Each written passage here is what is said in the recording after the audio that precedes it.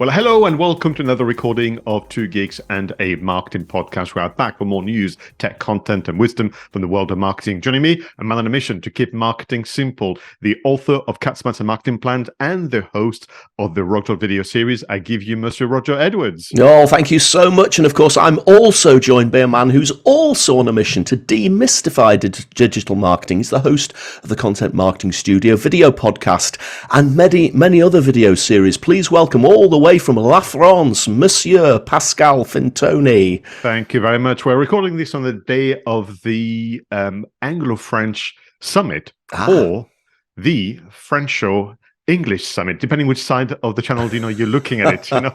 But ultimately, this is all about people getting along, and this is why I want to say thank you to a bunch of people. We've received some lovely messages and likes and comments from Tim Lewis, Making Tsang, Stephen McCormick, Roland Millwood, 𝗧𝗵𝗲𝗡𝗶𝗴𝗵𝗁, Jeff Aiken, Laura Perman, Simon Raybould, Adam Goodwin, Joan Dolezal, Laura Middleton, Richard Tubb, Amanda Williams, Petter from Mentor Pilot, and the team at FreePick.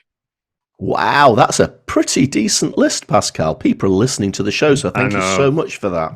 No, thank you. And I know that there will be a lot more listeners that, you're going to have to like and comment on anything we do. But if you can spend a millisecond to do so, that helps a lot with outreach and engagement and with the algorithm. We've got a pretty, information and news-packed episode as always. But I must make a small confession. I feel very tired today. Oh. 2 reasons, Roger. We had the most almighty storm last night here in France. I mean, literally it was scary. But also, I watched your film selection for today, and I think because of that, I couldn't sleep so well either.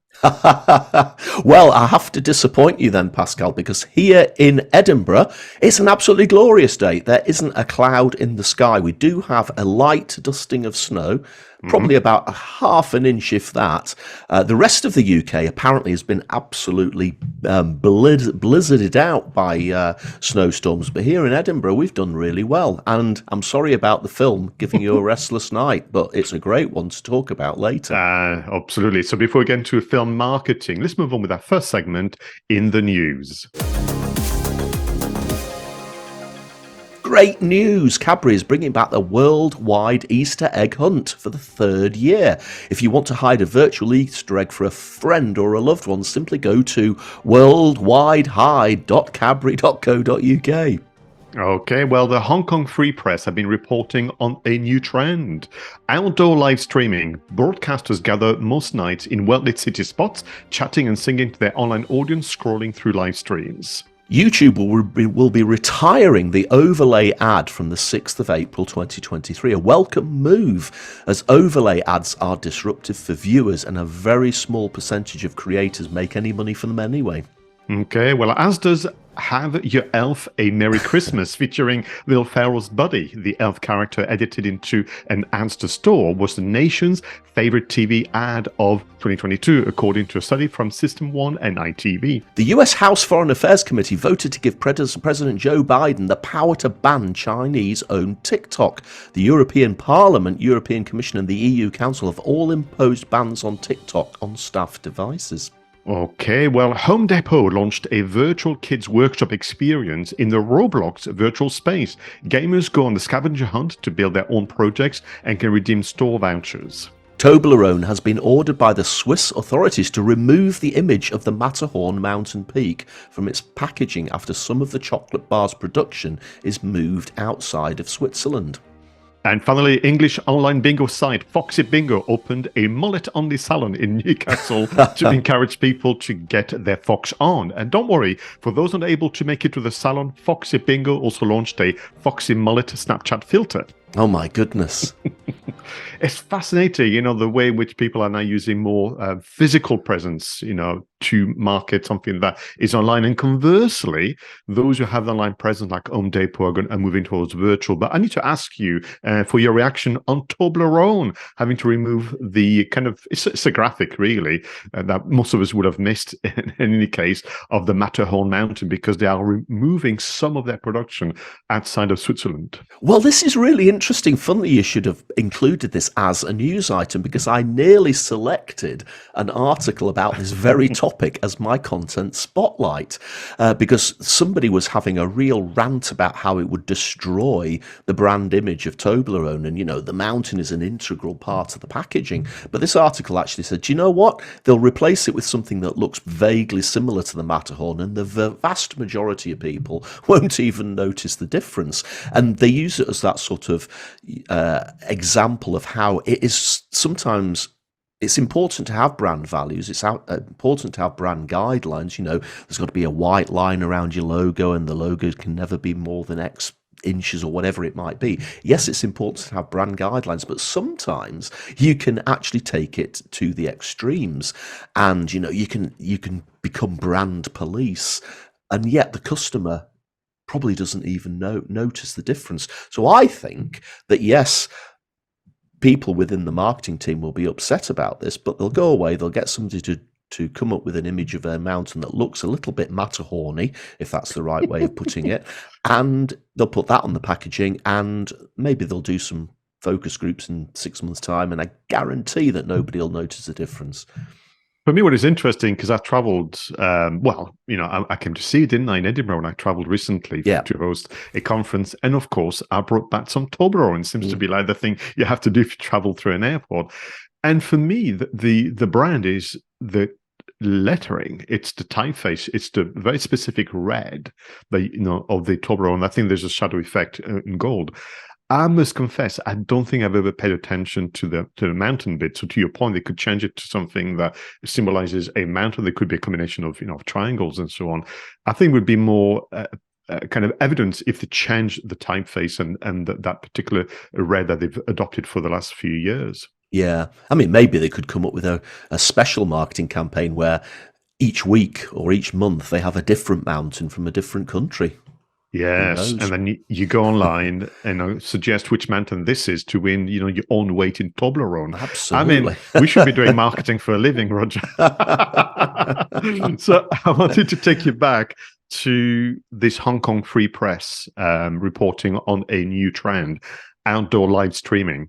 And I must confess, the moment I saw the headline and I read the article more fully, I had this incredible flashback to the very first time I believe we met, which was a private mastermind session hosted by Chris Ducker.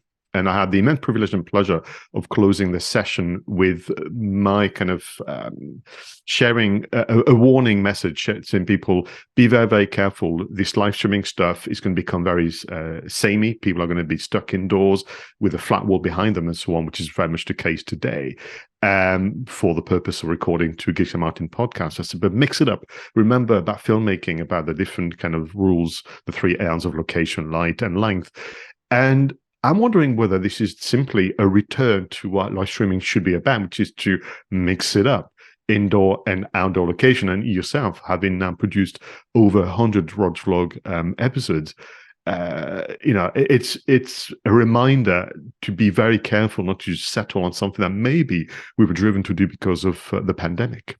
Yeah, and when I read this, I did actually wonder exactly what they were doing. So effectively, they are just going outside into outside locations, squares or streets or whatever it is, and interviewing people outside.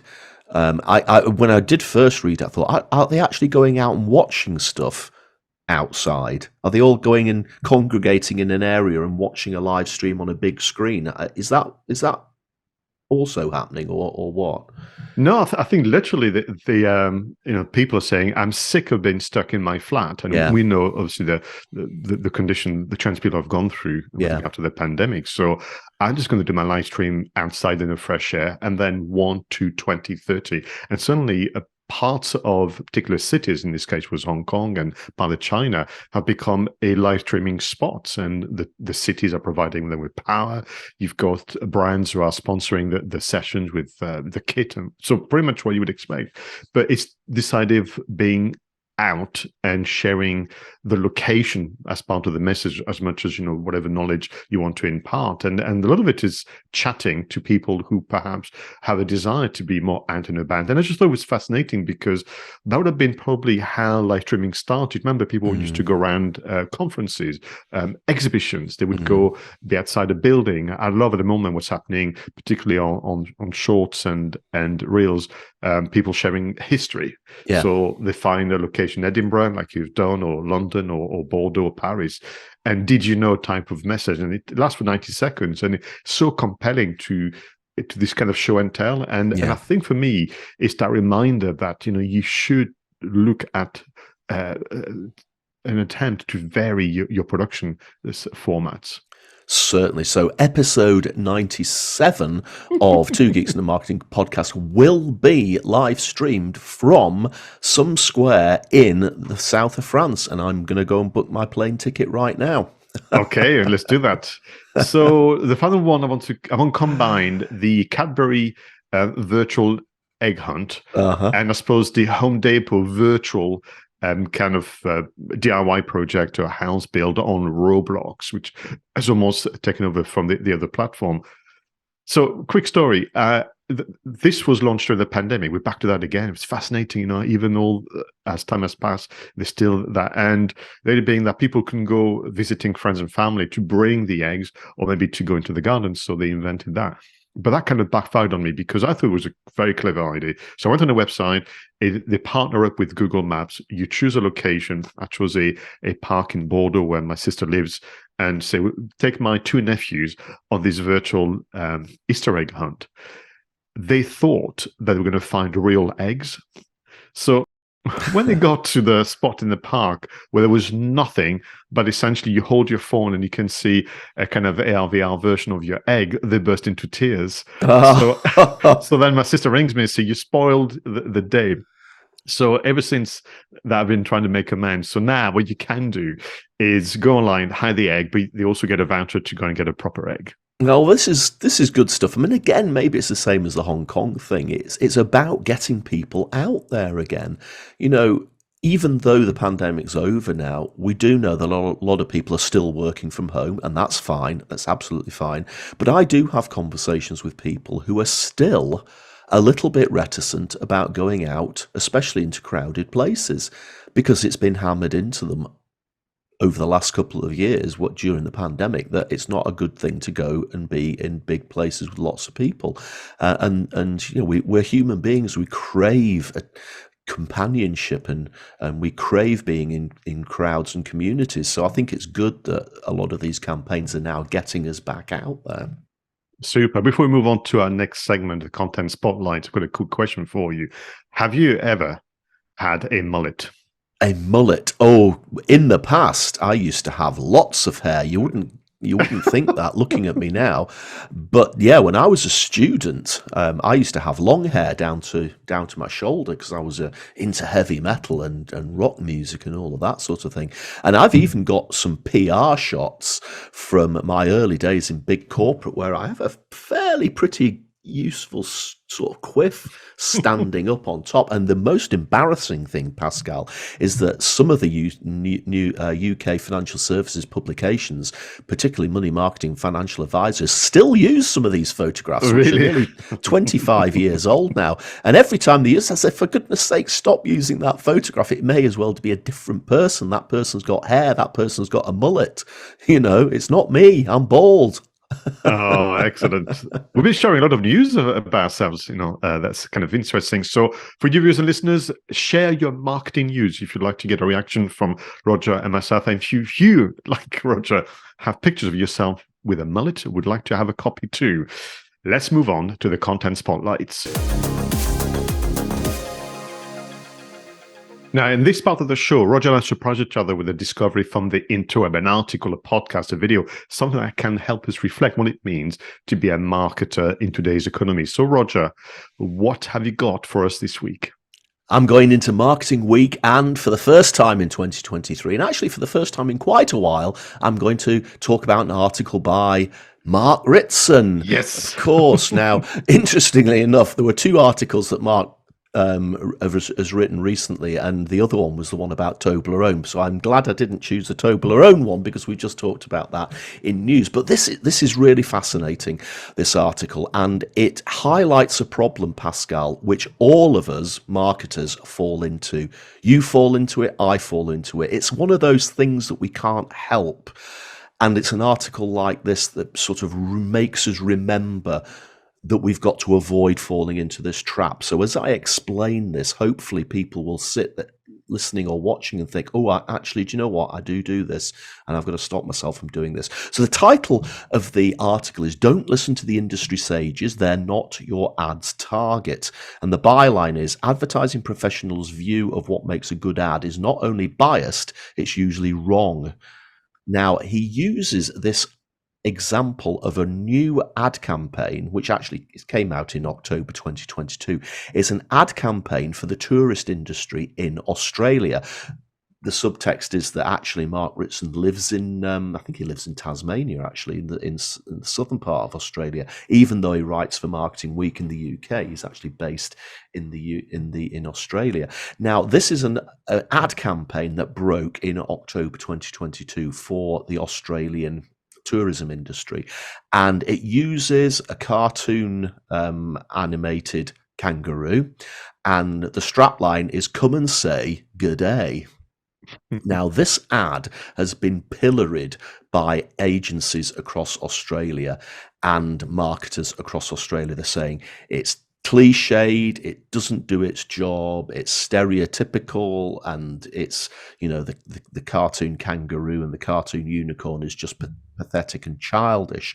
And there's been a real big hoo-ha about this. But the advert has been phenomenally successful, and it's played out across the world, and it's actually increased bookings of people from outside Australia who are going to go to Australia on holiday or for a visit or whatever it is. And what Mark is doing in this article is highlighting an issue which affects most of us marketers, and he calls it market orientation. And the problem that we have as marketers is that we sometimes superimpose ourselves over the image we have of our customers.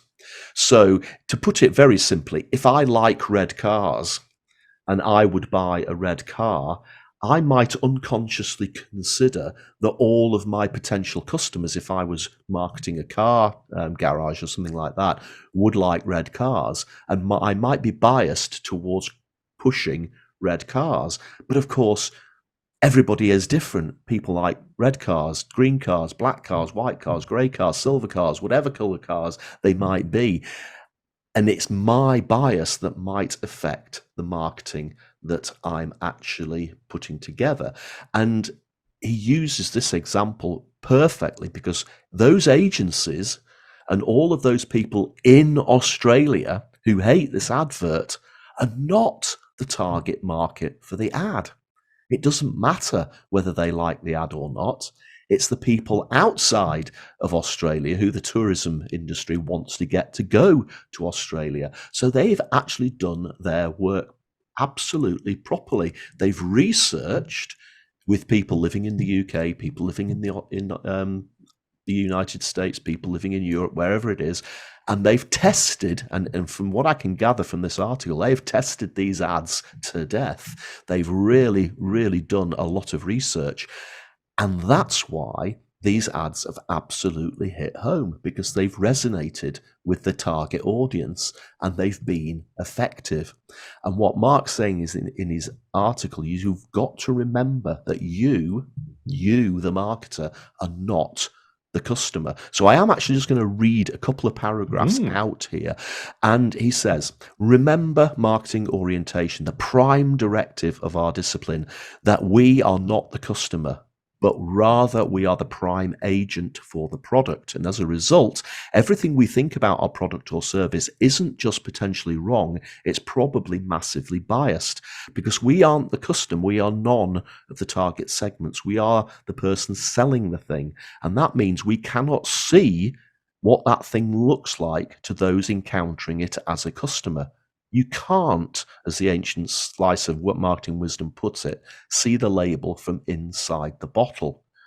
Now he says, this should be a simple thought, easily grasped, that so many marketers go native and lose all market orientation so quickly and so permanently. They assume their years in advertising mean they can spot a great bit of packaging or a winning ad.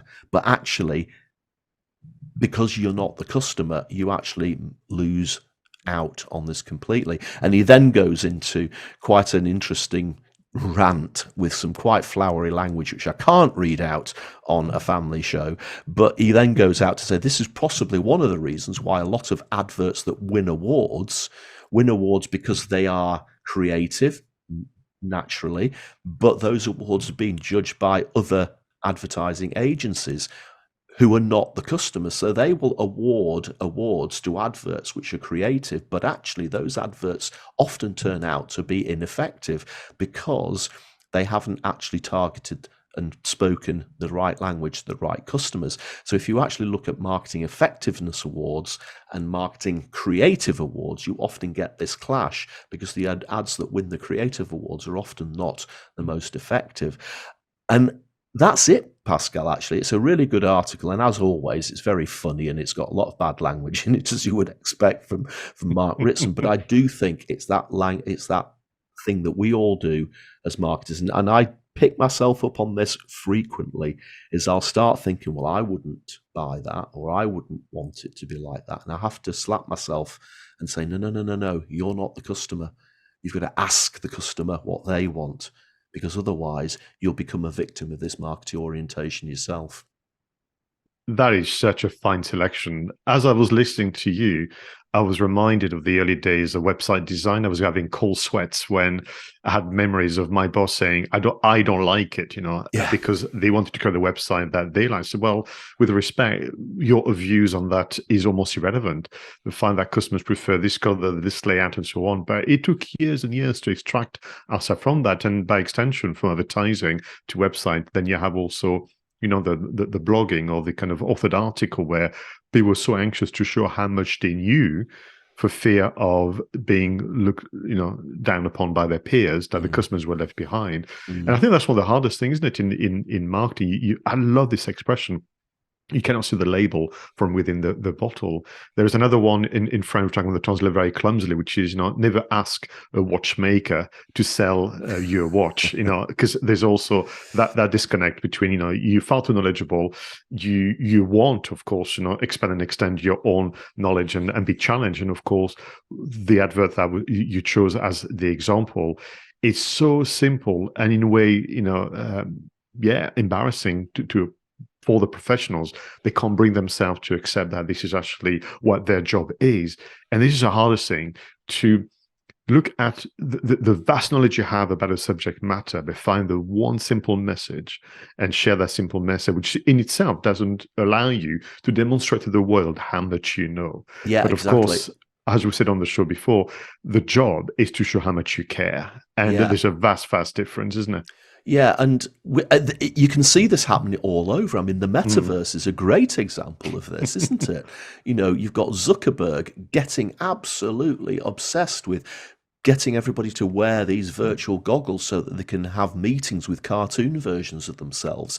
That's market orientation. He's saying, I don't mind doing this. This is what I want. And yet the vast majority of people in the world are looking at Zuckerberg and saying, what the hell are you doing here?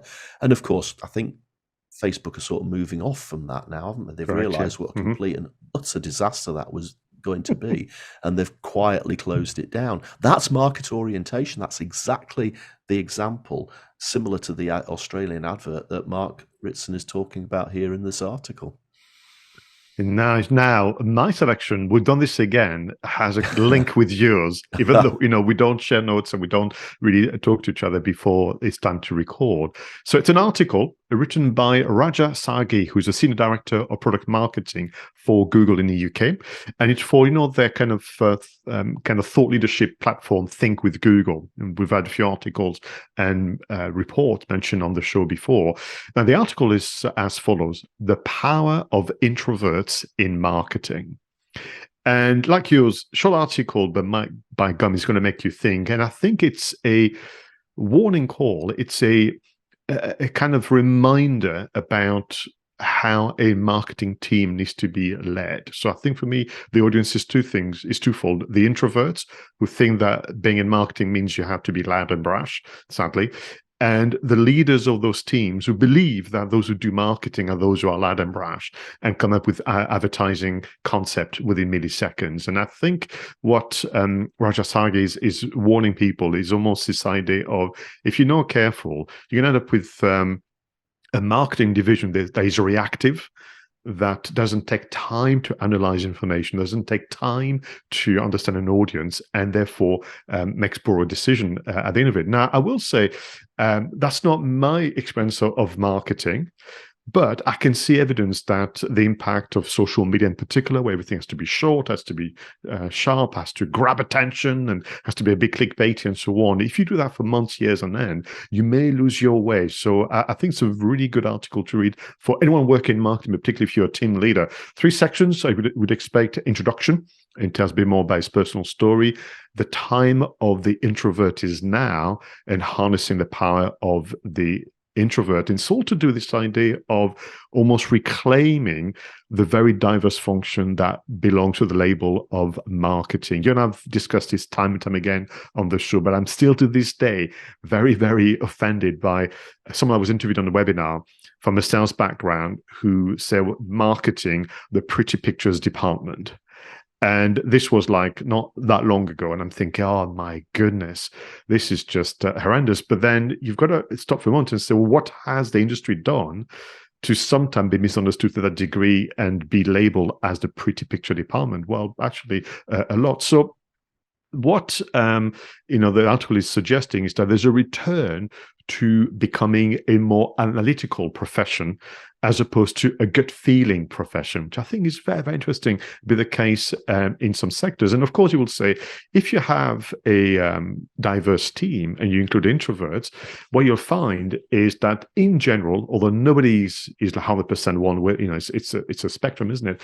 And depending on the culture of the business and where you are, so on, even mentions, for example, with his work, that if you go from, let's say, the UK to America, with a different working culture, you might find yourself to be actually a bit more introverted because you need to take stock of what's happening, and vice versa. So this idea of introverts, liking to listen and take in all the information, and that's really important before making a decision. And he quotes somebody that he's worked with saying, and this is where there's a correlation with what you've said, Roger, a catchy advert won't alone win your customers. And then you mentioned Jim Sharker, a brand that I think is really well known, and how they switch from really acting on gut feeling and reacting to what's out there, maybe reacting to the opinion of their peers, to taking the time to listen to customers and putting data behind their big decision. So what, therefore, Raja is warning about is, particularly with remote working, the impact of teams that can spread about and so on. There's been a trend, and I see this in my customers as well, Roger, of jumping, which is a term they all use. Can we jump on the Zoom call? Can we jump on the Teams call? Can I had someone saying, can I just sneak into your inbox, sending me some kind of spammy email, So we're not just doing some weird physical stuff with the marketing. So we're saying, there's a bit of a habit of jumping into group conversations and asking people to make decisions or to react to something there and then. And that's okay for some, but not for all. So if you're a team leader, you've got to find a way to make sure that everybody, and that's down to you as a leader and understanding with your personal preferences, and you can use also from insight to Myers-Briggs and so on. But you've got to find a way to allow people multiple ways to input into the decision-making process so that everyone can be heard. And very much like you, I'll finish with a quote for this great article, really a really important one. Managers and organization need to bring together different personality types and solicit a wide spectrum of voices, and that should always include the quiet ones. Yeah. This is really interesting, and I can see the parallels between my content spotlight as well. I've also come across that situation where people have referred to marketing as the colouring in department or the pretty pictures department, just like you have. And a lot of the time, the reason for that is, as we've said on the show many, many times, that for a lot of people, marketing has just become about advertising or communications, and we've forgotten about the products and the price and the customer and the strategy. And I think that both of these articles are saying, we've got to go back to those first principles of absolutely and utterly understanding our customer and our segment, and then we create a strategy around that. And that needs analytics. That needs you to sit back and watch and listen. And maybe finally, Pascal, the tide is changing and we're starting to move away from marketing being the colouring in department, going back to what it always should have been, a department that understands customers so well that it can create great products and then communicate the value of those products to those people. And you talk about analyzing information, and nowadays it's so much easier than it was 10 years ago, 20 years ago. I mean, when you and I started in marketing, it was hard to access data, and we had more trends and we had more of a barometer, but now you can have literally very clear information from reading and listening conversation with us on Twitter, on Quora, on any of the others. You've got many platforms we mentioned on the show that can help you. And I've just realized I've just made up on the spot a wonderful segue for marketing, tech and apps. Let's move on to that.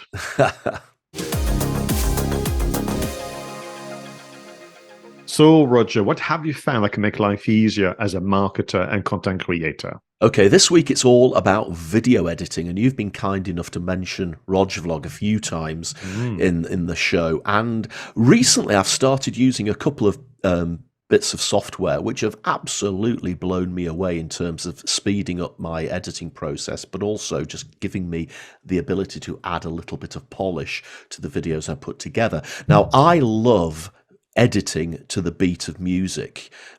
So I will use Epidemic Sound to find a piece of music, and I will then edit the scenes within my vlogs to the beat. So most pieces of music, as you know, are arranged around an 8-beat structure.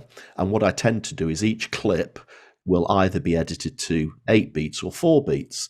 And it just looks nice because when people are watching, they've got that sort of feeling of the beat of the music, and the scene changes on the beat, and it just carries the video along. And a lot of filmmakers use this technique. Sometimes they will edit to each beat. Especially in a fight sequence or something like that, it can be really quite fast, and it really does make videos move along. But editing to the music is incredibly difficult and incredibly fiddly. And effectively what you have to do is you actually have to look at the waveform of the audio, and you've almost got to listen to the music. And every time you hear the beat, you've got to tap the M key to create a marker on that timeline, which you can then use to edit. But all sorts of things, as you would expect, make that incredibly haphazard. For example, if there's any delay, or if the computer's running slow or whatever it might be, you hit that M key not precisely on the right moment or whatever, and it can just make the marker on either side of the beat, or it doesn't get the beat properly. And you can, when you do it like I do, you can tell if you're editing to the beat and you don't get it on the beat. It's so noticeable. It really annoys me. So I was spending hours and hours doing this, and then somebody told me about this piece of software called BeatEdit. Now, let's face it, it explains exactly what it does before I even need to tell you what it does. It does this work for you. So you basically, it's an add-on to Premiere Pro, and you add it into Premiere Pro. It becomes an extension, and then effectively what you do is you click that piece of music, and you can press a button, and it basically listens to the piece of music, analyzes it, and then it creates a marker on every beat of the music. Now you can alter the parameters so that it's every 8 beats, every 4 beats, every half beat if you want. But honestly, Pascal, this has been an utter revelation for me. Literally, I can edit a load of scenes to the music within minutes now. as opposed to hours. And that is literally the difference. Sometimes it could take me an hour to do a scene and edit it to the music, whereas now, press the button, dig, dig, dig, dig, dig, dig, all these little things appear, and you just go cut, cut, cut, shuffle, shuffle, shuffle, bang, and it's there. And this thing is remarkably accurate. It is remarkably accurate. I don't know how it does it. There'll be some AI in there, I'm sure. Even a piece of music like a piano, a solo piano recital, which doesn't actually have a beat you can hear. This software can actually work out where the beats would be if there was a beat, if that makes sense. You know, the rhythm of the music or whatever, the expression within the music, it's there. So if you love editing to the music in your videos, this is absolute must buy. BeatEdit. It's from a company called 𝗖𝗍𝗀𝗃. They do all sorts of add-ons for Premiere Pro and After Effects and that sort of thing. The second one is the 𝗏𝗀𝗀 Motion Bro graphics pack. Now, again, this is another like add-on to Premiere Pro, and it gives you just about every form of graphics that you will ever need for your videos. So you've got titles, you've got lower thirds, you've got logos, you've got transitions. But it goes much, much, much further than that. It's got all the social media icons as well. So Twitter, Facebook. You know, if you go into Instagram, you know how in your Instagram stories you've got things that you can add in like location markers or the wavy hand, and all of these things are in there. You know, you've got Twitter likes, you've got YouTube likes, the subscribe buttons, the follow buttons, everything you can think of. My favorite one is it can do text bubbles, you know, text from your phone. And a lot of filmmakers use, you know, people having text conversations, the actual text comes up on the screen. It can do that, and it looks like the iPhone or the Android. You can choose which one you want. It even has the graphic where the 3 dots are going like that while somebody's texting at the other end. It's all of those sort of things that you might need in your videos. And for I think it was about 40 quid after the dollar conversion, it's got thousands and thousands of things in it, most of which I'll never ever need, but the things that are just worth it for having that. The social media stuff is just incredible. So BeatEdit and 𝗏𝗀𝗀 Motion Bro graphics pack. There you go.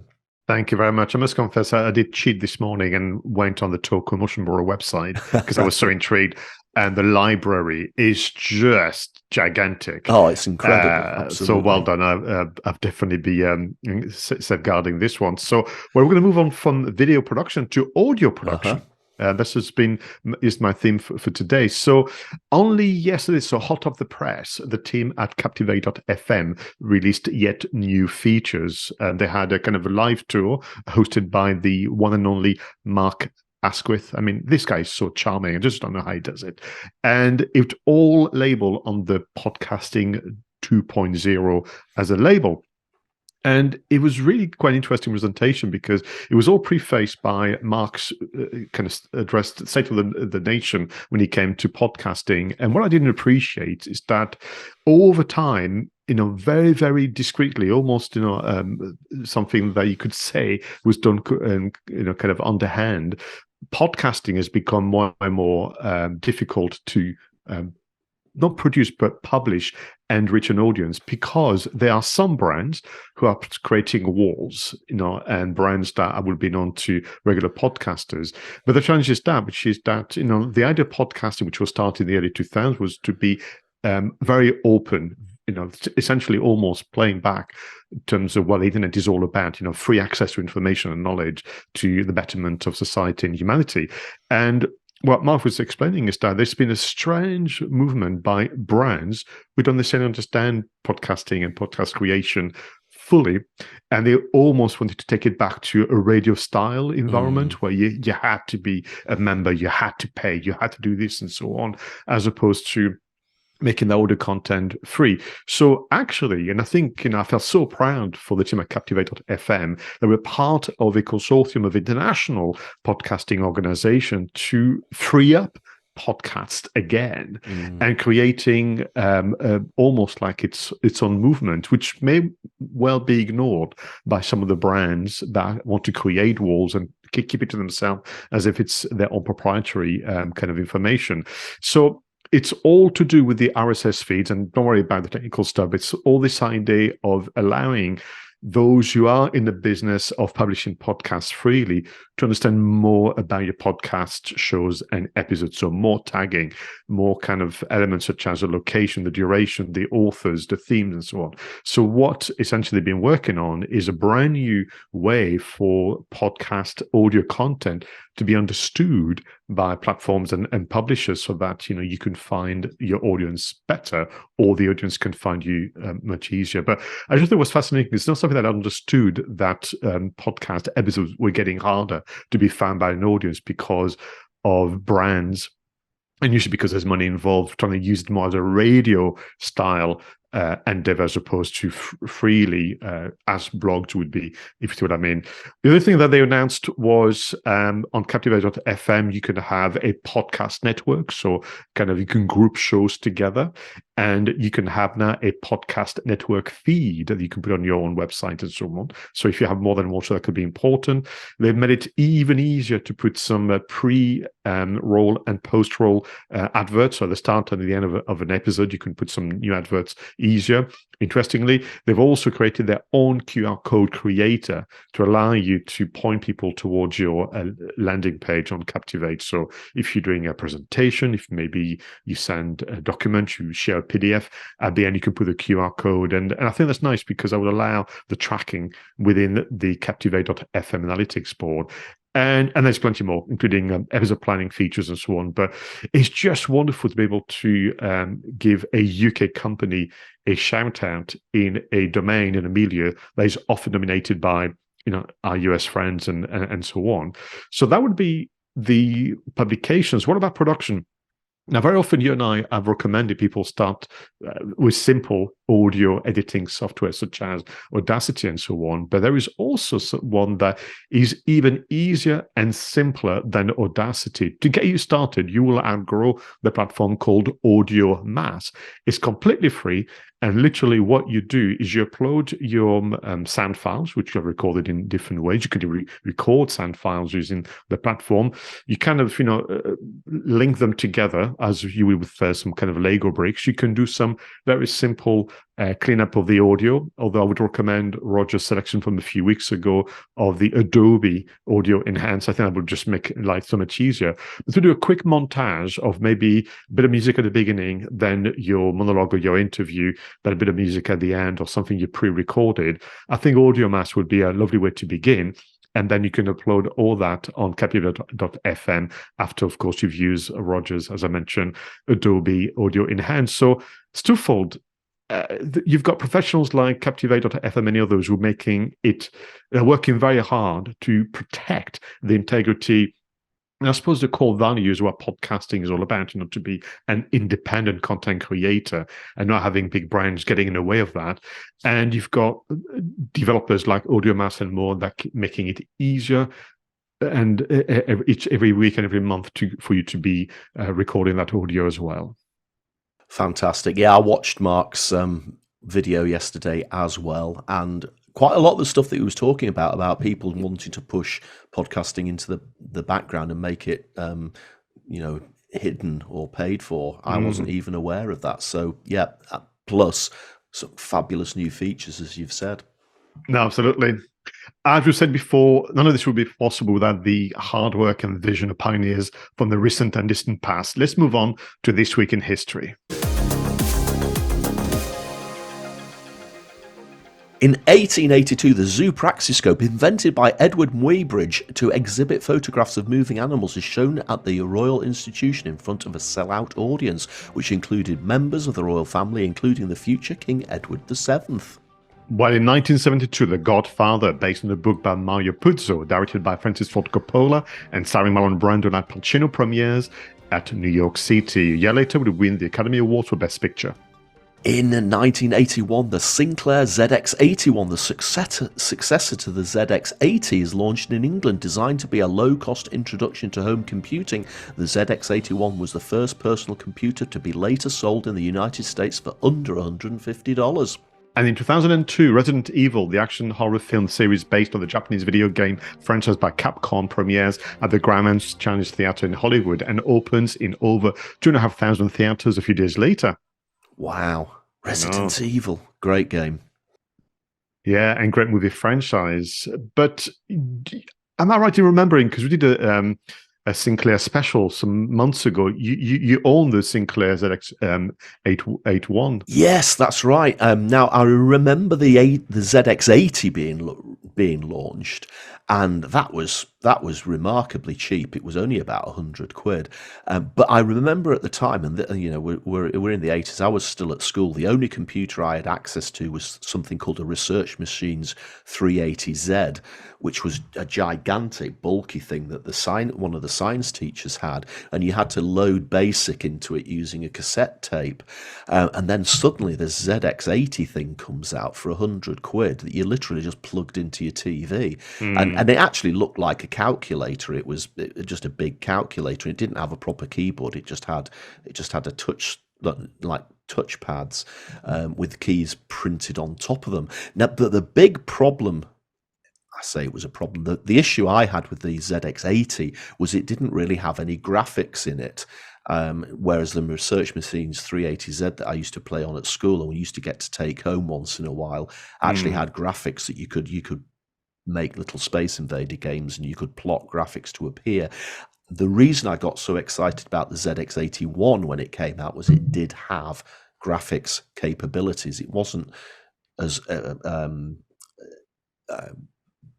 complicated as sprites or that sort of thing, but you could create things using blocks and dots and that sort of thing. So that's why I got excited about the ZX81, because to me it was a proper computer because I could make games on it. Yeah, we had the Auric Atmos at home. It was just a wonderful time, the 80s, and I'm so pleased because both in France and in the UK, schools really, were enlightened in saying, we're going to have a computer room, people take on, because they knew that this was going to be our future. I mean, look at, what we do today for our jobs and even socially. We use computers, and I would like to think that, the computer skills that we have and the ease of adopting something new or being curious and working things out, even understanding why a computer breaks down, it arcs back to, essentially where things were going wrong very, very often in the early computers in the 80s. I remember to this day, when you would put a game and you had to play a cassette, that was plugged in and you had this weird sound. And then by the end, you maybe waited half an hour, 45 minutes if it was a big role-playing game, but you had no idea whether it had worked until you start to play the game. And sometimes, for reasons that, we don't know, the game would just have a bug. So you had to rewind the tape and load again. So sometimes it could take a couple of hours before you could play the game, which nowadays is unthinkable because you just plug your PS5 or your Xbox and within milliseconds you can start to play the game. I wanted to mention to you, I think I'm going to talk about the 𝗧𝗵𝗲 scope, and you've done a better job than I have to mention that, because it's back to this idea of, having a sense of origin so you know where things are going. So this was, this idea of someone like Muybridge has been linked to photography as well as, the early version of moving images, solving a problem which is creating a sense of immersion. So you have a single shot of maybe a horse jumping over a hurdle during a race. I'm assuming in Ascot, although he used to travel a lot in America as well. And it's so fast. Now, sometimes the human eye can't quite comprehend it, but also sometimes it's so beautiful, you wish you could watch it again. So himself and a few of his assistants and other kind of colleagues made it their business to capture, not quite frame by frame, but close enough still images. And then how do you look at them? And they invented different versions, from it was a flat disc to one which you can see in The Woman in Black, if you remember the film, that kind of rotoscope and so on. And if you just look at a small open frame, like a little slot, then you see one image at a time, and it gives the impression the horse is riding, or that the young girl is skipping the rope and so on.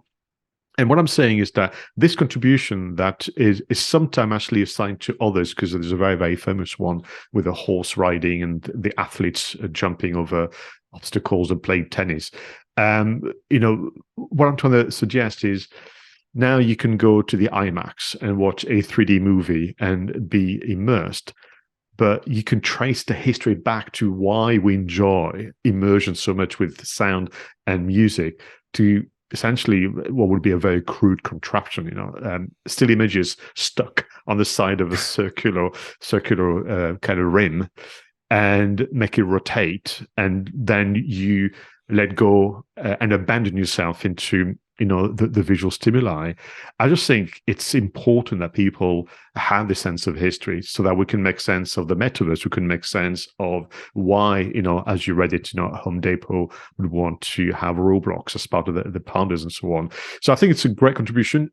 And once again, it comes from the UK. And then I want to kind of finish by saying, isn't that a mystery to you that when the UK was such an amazing pioneer in transport, in telecommunication, everything else, we've never had that breakthrough a la Amazon or Google or another? No, it's right, isn't it? Everything... we used to be the champions of innovation and champions of bridges being built and things like this, Pascal. And now, even yesterday they announced that the high-speed 2 rail thing is going to be delayed and again, and it won't even go into central London now, apparently. And I'm sitting there thinking, well, wasn't that the whole point, is to speed up the travel between London and Birmingham? And now if you've got to travel 5 miles outside of London to get the train in the first place, it's going to take you as long as you'll have saved to actually get to the station to get it. So everybody will just get the exact original train. So yeah, it's a mystery. I just actually wanted to throw in another This Week in History item, if I may. This is just something that came up in my feed this morning, and it's just worthy of mention. 36 years ago today was the launch of U2's album, The Joshua Tree. Now, believe it or not, I was at university in 1987, and I got up at 6 a.m. I was in a hall of residence at Leeds. I got up at 6 a.m. I got the bus into Leeds, and I queued outside HMV until it opened at 9 a.m. Queued up with quite a few other people and bought this album on vinyl, and then hoofed it back as fast as I could to the halls of residence and put it on a record player and luxuriated in this album, which I still listen to today. In fact, I was listening to it yesterday without even knowing that I was imminently about to get to the 36th anniversary. But what I just wanted to mention for it is that in those days, we didn't have the luxury of, there's a new album today, I'll just go and get it off Spotify instantaneously, or I'll just download it off iTunes. I had to physically get up, get a bus, queue up outside HMV and buy the physical product. But what I love so much is, though, that nowadays people would still do that because vinyl's coming back. So many people are buying vinyl, and no doubt people will still buy The Joshua Tree on vinyl 36 years later. So sometimes, all this digital technology that marvels us is fabulous, obviously, but sometimes, the old way of doing it for some people is actually just as good, if not better.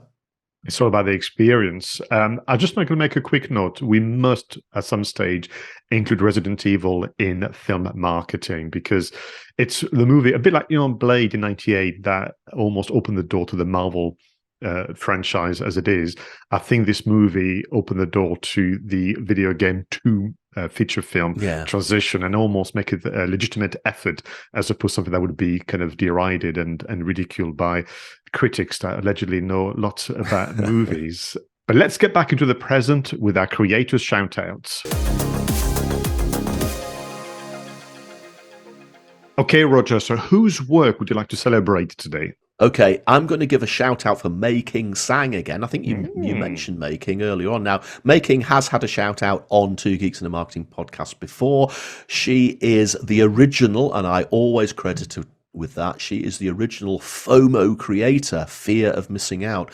And she will work with conference producers or podcast hosts or whatever it is to create FOMO around your brand. And she does it remarkably well. And she's a lover of live streaming, which is why you gave her a mention earlier on. She's finally launched her own podcast, Pascal. And as you would expect, it's called the FOMO Podcast. Only been going a few weeks, and you and I are scheduled to be guests on the FOMO Podcast coming up in a few months' time. So that will be really exciting. So I just thought it would be really nice to wish Making all the best with the FOMO Podcast. I know it's going to be absolutely awesome. Wonderful. Well, listen, similarly to that, a friend of the show and someone that we've known for many years, Simon Raybould, is my shout out this week, the founder of Presentation Genius. If you are new to public speaking and presentation, but even if you are kind of a practitioner of sort, you will learn so much from Simon. And for the last year or so, he's been producing those very short, sharp little videos on LinkedIn called #TalkTactics. They're about 90-second minutes, but they make you really think and reflect on your own approach to either preparing a presentation, delivering a presentation, and learning from that. So I'll put the hyperlink in the show notes, because what it's done, so those obviously have been on LinkedIn, and one of the drawbacks of social media, it's very, very hard to go back into someone's history or back catalog. So it's organized essentially like he's grouped all the videos together via Vimeo, and what he's asking people is to pay what you like, which I think is a lovely, lovely kind of gesture. But it's put all the effort in the creation, the recording, the videos, the repurposing, and the publication. So I'm sure you'll be able to, let him know how much you appreciate the hard work, and something you can refer to and kind of consume on the kind of bite-sized version. Just to give you an idea, he's already produced more than 50 and is committed to continuing for at least the remainder of this calendar year. So we're going to have an amazing library of content to go back to, sometimes just to be reminded, about public speaking and what we should be looking at. So give us some examples of things you talk about. Do not imagine your audience naked, which I think is a fair advice. How to describe something without describing it. And people are frightened of the consequences of public speaking, and more. You just know that he's got a wonderful way to talk about public speaking, bring element of his experience as a kind of stage performer and producer, as well as a really, really competent presentation designer now, and book writer, and so more. Yeah, all good stuff. I've seen most of these when they were on LinkedIn, but as you say, it's nigh on impossible to go back and find anything on LinkedIn. So kudos to Simon for doing this in this way, and hopefully people will pay maybe a little bit more. Please do. Yeah, absolutely. Right, Roger Edwards. This is our very last segment of the show, film marketing. Just after this.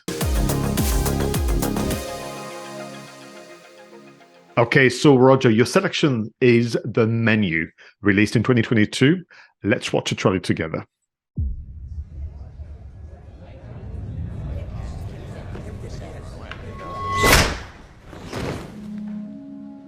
Good evening. Welcome to Hawthorne. It'll be our pleasure to feed you. Tonight will be magical. Over the next few hours, you will ingest fat, salt, protein, and at times entire ecosystems. We're eating the ocean. We're eating the ocean. Are you crying? It's just I find it all very moving. So it's okay that I'm not as into this as you are. Oh my god. You shouldn't be here tonight. You, my dear guests, are not the common man. Isn't that right? Is he gonna keep doing that? What happens inside this room is meaningless compared to what happens outside. We are but a frightened nanosecond. Nature is timeless. What the hell is going on? I love you all. We love you too, Chef! Any questions? Is this 𝗏𝗏 I'm getting, Chef? Yes, it is.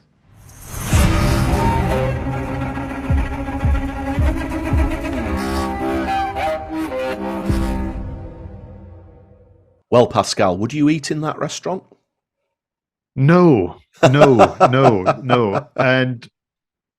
I mean, what an experience, both visually, but also, by the music and so on. For me, what was fascinating is this is you've already selected about a month or so ago the Banshees of Inisherin. And I was thinking, so Roger's going through an island theme at the moment because the Banshees of Inisherin. So we're back on an island. It had this incredible range from horror to comedy, satire to kind of commentary on to the society, some dig at celebrity status, social media, and so on, but crafted into really an gorgeous film. And the music was absolutely so. This juxtaposition of genre and style was very, very jarring, which makes you as uncomfortable as the guest in that restaurant. I'm torn whether or not we should say more, but then again, which is probably one of the tactics we want to discuss in a moment, the teaser trailer we just seen reveals quite a bit about the storyline in any case. I think from the work I did on looking at the marketing for this, I think they struggled with putting the trailer together because it's very, very difficult to put anything in a trailer that doesn't give anything away. Literally, they would all they'd be able to do is introduce the characters.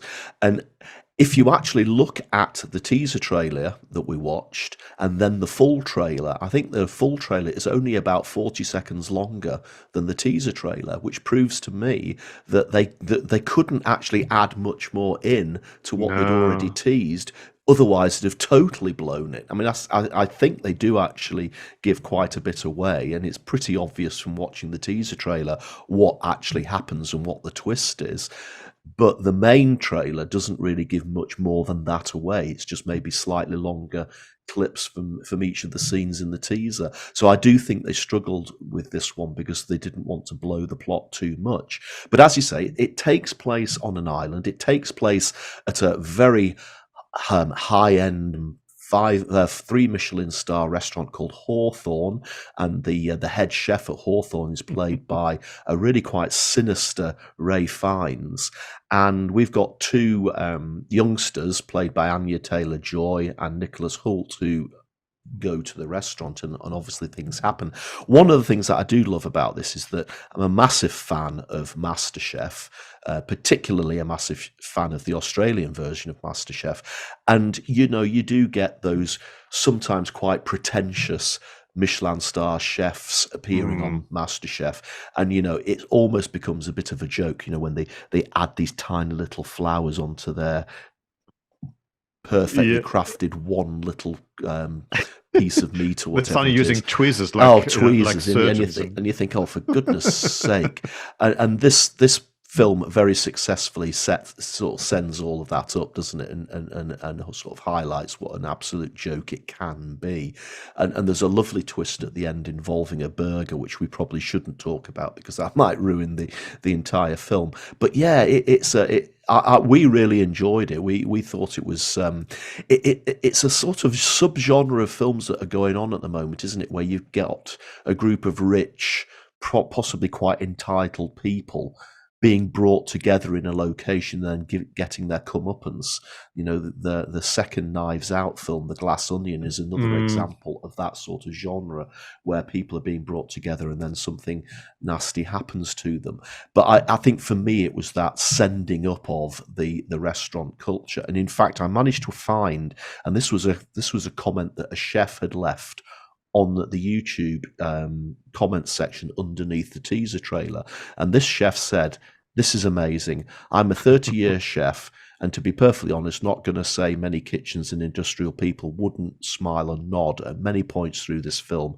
As well, everything was so well done. It's a fresh news story, great social commentary, wildly accurate portrayal of how our craft has been compromised by social media, critics and people just calling themselves foodies without actual knowledge of what we put into and sacrifice for our craft. This is by far the best movie I've seen this year. Perfect blend of comedy, thriller, dialogue and stellar acting. Really can't say enough.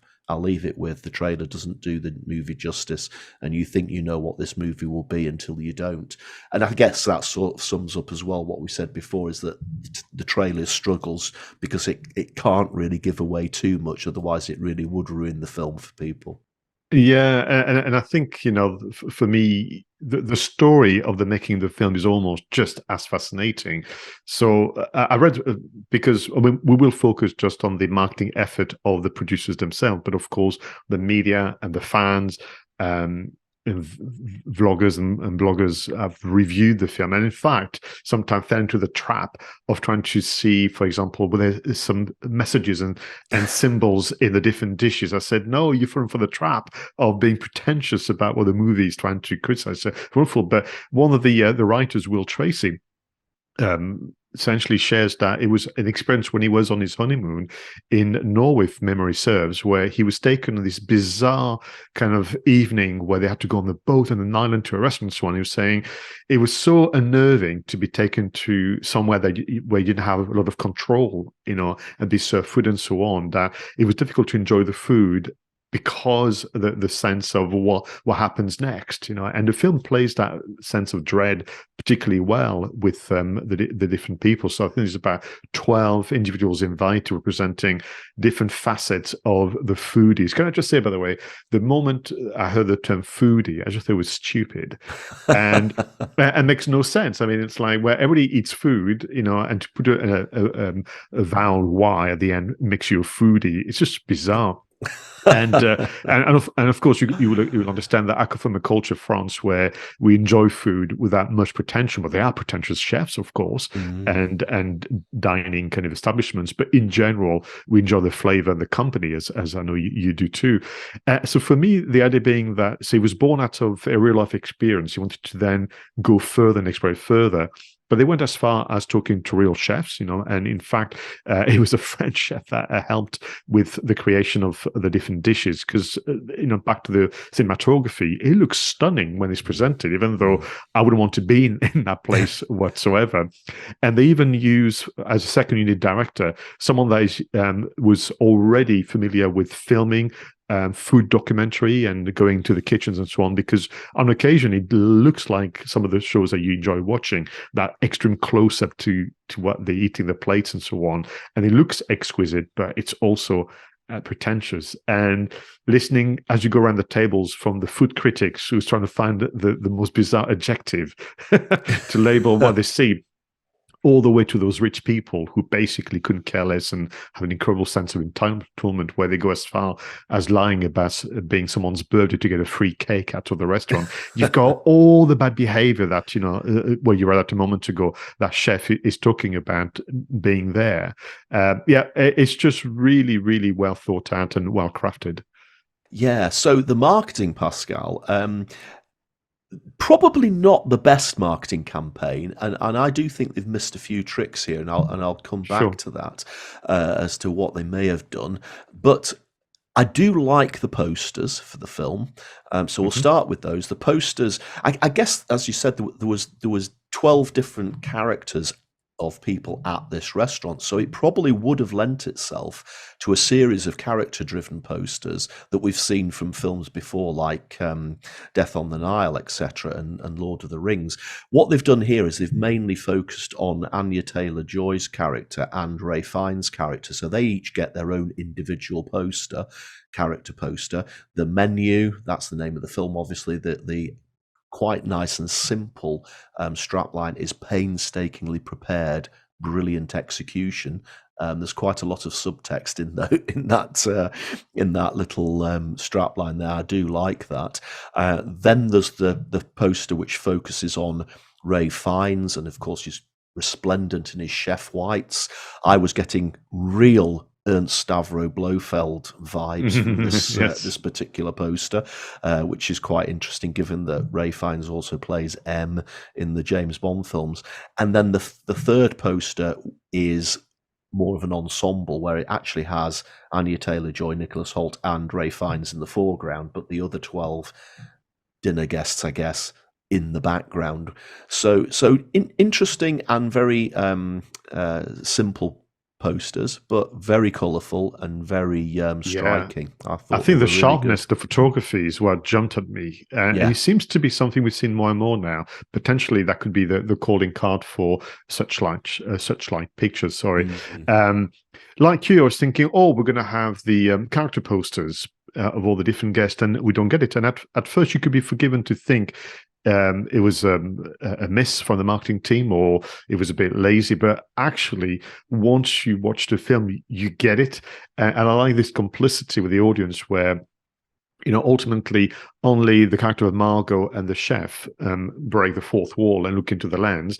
If you look at the ensemble poster, all the others are too busy either being pretentious about the food, or if you look very, very closely at the very, very back, you see, I think, who would be the first victim. So what I like about the marketing is that they are giving, from the teaser trailer and so on, they are giving a lot away, but it can be missed because it's a blink of an eye. That's right. So we've talked about the trailers themselves, and how the teaser and the main trailer are actually more or less the same, and the main trailer is only slightly longer. Obviously, as you would expect, there was a website. They've got an Instagram, they've got Facebook, they've got Twitter. Quite a lot of good stuff on Twitter, actually. If you look through it, there's quite a lot of short clips which are still on Twitter. What I did find about this, Pascal, and bear in mind this film was only released towards the back end of 2022, is that a lot of these links are broken. And these websites don't exist anymore, and that's literally. I mean, we've had a bit of a moan about some companies that take down websites for films that are 10, 15, 20 years old. But you seriously don't expect a website to be starting to fall apart literally months later. I mean, we're only 3 or 4 months away from the launch of this, and already their social media links are broken. So that's not a very good show, I don't think, and they should probably go and fix that.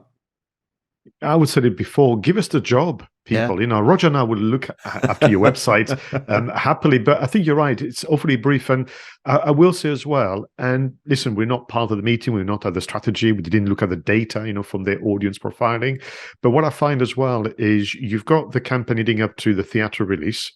Then there's a moment of silence, and then it comes back for the DVD and so on. And I think, in this day and age, with everything that you and I have discussed, for example, and looked at, there's a lot you can do in between those big milestones of theatre release and DVD, Blu-ray release to engage the audience. And again, between those who've seen it and that can kind of be complicit in creating maybe some memes and which people have done of their own back, all the way to the audience who perhaps didn't get a chance to go to the theatre. I regret. I think this is a movie to be seen on the big screen personally, but there we are. I think there's so much you could do. You're absolutely right. So the actual launch coincided with the autumn series of festivals throughout the world. Quite a few interesting things that happened at the Toronto premiere. They had a load of cheeseburger trucks to tie in with that scene in the film, which we probably can't talk about without ruining it for people who haven't seen it.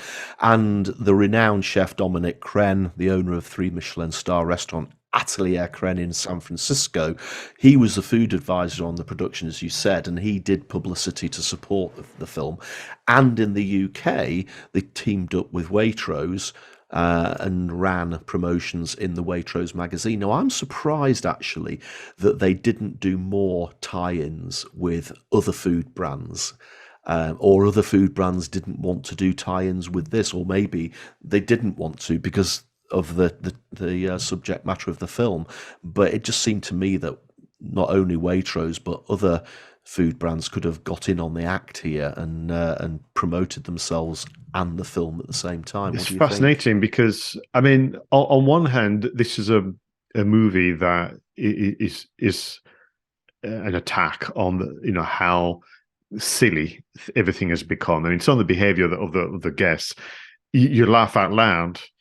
And then you also have the behavior of the chefs and the sous chefs, which is just as ludicrous. So I think there's almost this symbiotic relationship where it's all BS all the way, and people are just feeding off on each other. Yeah. But within that, they didn't shortchange the audience. So they use, the French chef, Dominique, and she's been able to bring on the experience, but create essentially works of art. But within that, you've got a character of Margot, who is essentially the one that should not be there. The uninvited is almost like the bit of grit in the oyster, who basically speaks on behalf of us, the audience, saying, I'm still hungry. This is just nonsense. And, the breadless plate and that kind of things. And what's what I love about it is that it's a movie that really brings the audience in. It doesn't create a wall. And Margot is our messenger. She's a spokesperson, which I think plays to strong female character, which I always kind of love. But also this idea of ultimately these are dishes prepared by a woman in a male-dominated world. So there's a lot going on in that movie, which is why I've read people have seen it 3-4 times, and they get a lot out of watching it, and not just the once. And one of the interesting tie-ins that I found when I was looking at this is something that happened in the Time Out magazine, Pascal. They actually created a spoof campaign. Did they? Yeah, so basically what they did is they ran an article in Time Out effectively reviewing this Hawthorne restaurant, but they reviewed it as if it was a real restaurant. So they included photos from the film of the dishes and effectively wrote that article as if it was, written by Jay Rayner or one of those celebrity critics that they have on MasterChef. They actually wrote it as if it was one of those. And then they said, if you want to book a table at the restaurant, click this link. And of course, if you click the link in the article, you don't go to a restaurant. You actually go to the web page for the actual restaurant itself. Nice. And then, of course, in the next edition, they actually had to admit that this was a spoof, and sorry if you fell for it, etc., etc. I think if you did read all the way down, it did say that it was a spoof at the end, but I'm sure some people were taken in. There was also Time Out extended on that and created the same sort of spoof on their Instagram feed as well. So 5 reasons we're dying to try out London's bougiest restaurants. So again, they're using the language from the film, the imagery, and effectively, again, taking a little bit of the rip out of the restaurant industry. You cannot eat, you can only taste. The restaurant that never reveals its recipes, the restaurant that doesn't allow you to leave your seat. All of that was included within this spoof campaign. So that was quite interesting. But overall, there was a mini campaign on in Instagram as well, using some shorter clips from the film. But overall, yes, I like the posters. Very visual, as you've said, striking photography, teaser trailer and main trailer, as we've said, probably couldn't give much away. But apart from that, I do think they missed a trick here, because there could have been so much more, certainly on social media, I think, and so much more tie-in with other food brands. So maybe they just decided they didn't want to do that, or they didn't have the budget. But I do think they've missed a trick with this. Yeah, and I mean, if it's true that the word of mouth marketing has been quite something. I mean, if you look at the reviews and the comments, and like I say, people trying to decipher messages that were not there, and as if falling into the trap of becoming as pretentious as the guest or the group or the cooks and so on. So it was very tight. It was very finite in terms of time as well. I mean, the one that I did like, but again, it was just like a handful of those on Instagram. They would have a sentence like, a fine place to dine, but the end would be struck off in red, so you end up with a fine place to die. So you had, excuse me, all this going on, but there's only 3 or 4 of those. There's no like a mini campaign. So, and then they jumped to something else and so on. So there was definitely a campaign around it, but I wonder whether the steer was around, which is how we began this recording today, a physical venues. So you talk about the festivals, creating, kind of marquees and booth, and having kind of foodie vans and that kind of things. So I wonder if that's where they've gone for. And social media has been there for that, to support those activities. It'd just be fascinating to talk to them. Yeah, it would. It would. Excellent. Well, thank you very much for choosing the menu. I won't thank you for spoiling my night's sleep, though, because I kept either thinking about it or this feeling of unease, thinking, what have I just seen? Because it reminded me a bit, it reminded me a bit of a very old French movie called La Grande Bouffe, where very rich people eat themselves to death, which I think was then mocked by Monty Python in was it which one was it? Although it was the meaning of life, wasn't it? Yeah, Mr. right. Creosote. Yeah, so you had that. Wafer thin mint. You also had. It felt as though one of the first Agatha Christie book I read, where people go on an island. I think it's called nowadays. It's called "And there were only one." So one by one people die, and we don't know who it is. There was all that going on. So I thoroughly enjoyed the film. Thank you very much for bringing it to my attention again, because I'd forgotten about it. And yeah, it was a pleasure to look at the marketing and a lot of good ideas, but a lot of if onlys. Definitely. Everyone, this was episode 96. Thank you so much, Roger, for being such an amazing co-host. For you, please leave comments, messages, and suggestions about which film we should review next time in the usual places. Until the next one, go out there and make sure your marketing's done right. I was Pascal Fintoni, and he was Roger Edwards.